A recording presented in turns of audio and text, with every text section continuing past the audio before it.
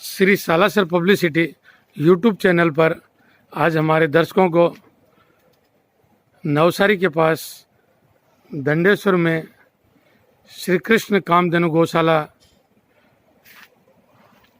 बनी हुई है। यहाँ पर आने का सौभाग्य प्राप्त हुआ, जिसमें विश्वनाथ जी पचेरिया जो हमको पहली बार यहाँ लेकर के आए और यहाँ की गतिविधियों के बारे में बताया।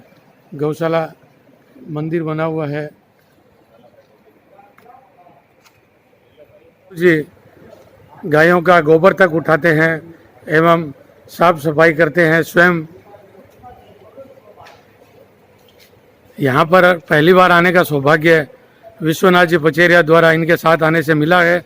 मैं विश्वनाथ जी से पूछना चाहूँगा, विश्वनाथ जी, इस जगह के बारे में, इस गौशाला की कब स्थापना हुई और कैसे इतना विस्तार से आज गौशाला बनी है, मंदिर बने हुए। गुरुजी से भी मैं प्रार्थना करूंगा कि इस गौशाला के बारे में कुछ बताएं। इससे पहले मैं विश्वनाथ जी पचेरिया से पूछना चाहूँगा यहाँ के बारे में, यहाँ गौशाला किस तरह चलती है, कुछ बताएं विश्वनाथ जी।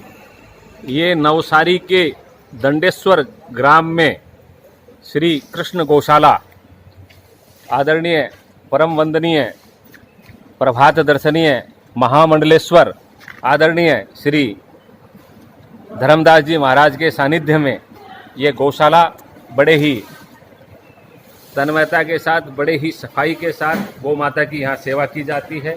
स्वयं गुरुजी यहाँ 3:30 बजे यहाँ उठकर सेवा में संलग्न हो जाते हैं।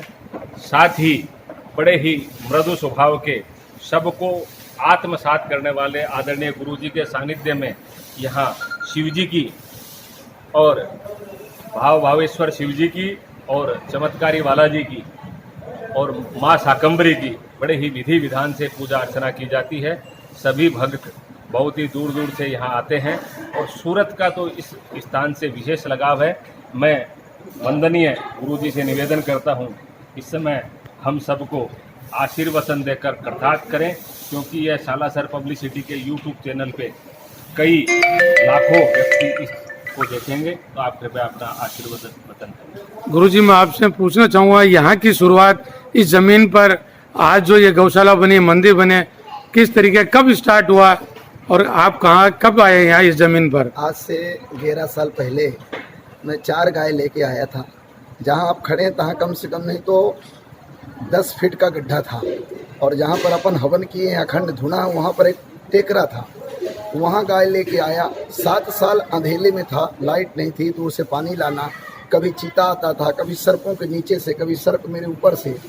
फिर ये गौ, जो भी काम यहाँ है सब गौ माता की कृपा से, जो भी यहाँ कार्य हो रहा है गौ माता की कृपा से ही हो रहा है। मुझे तो दिन में लगता है सपना है।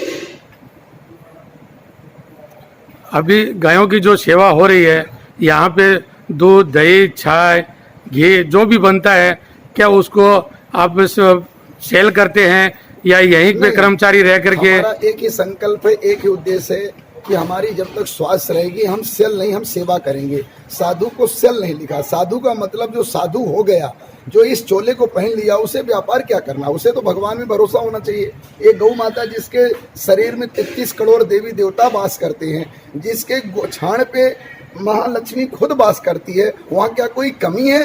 कोई कमी नहीं है। यहाँ 200 पब्लिक आती है, सुबह से छाछ ले जाती है। घी मैं लोगों को जोत जलाने के देता हूँ कि दीपक जलाओ, और गौशाला गाय खूब चल रही, खूब बढ़िया से गौशाला चल रही, कोई कमी नहीं।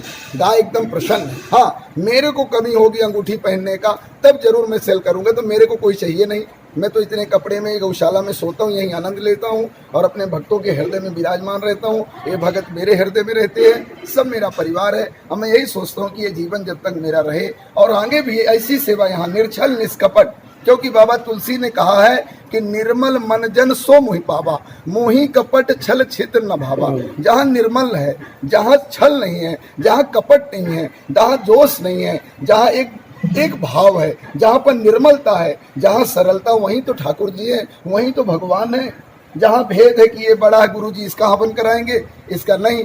यहाँ तो छोटा बच्चा है तो भी मैं आहुति दिलाता हूँ, अब विश्वनाथ मेरा है तो मैं हवन कराता हूँ। मेरे लिए सब बराबर है, क्योंकि मुझे कोई मांग नहीं है, मुझे एक ही मांग है, ये हृदय का भाव मिल गया ना, मेरी झोली भर गई।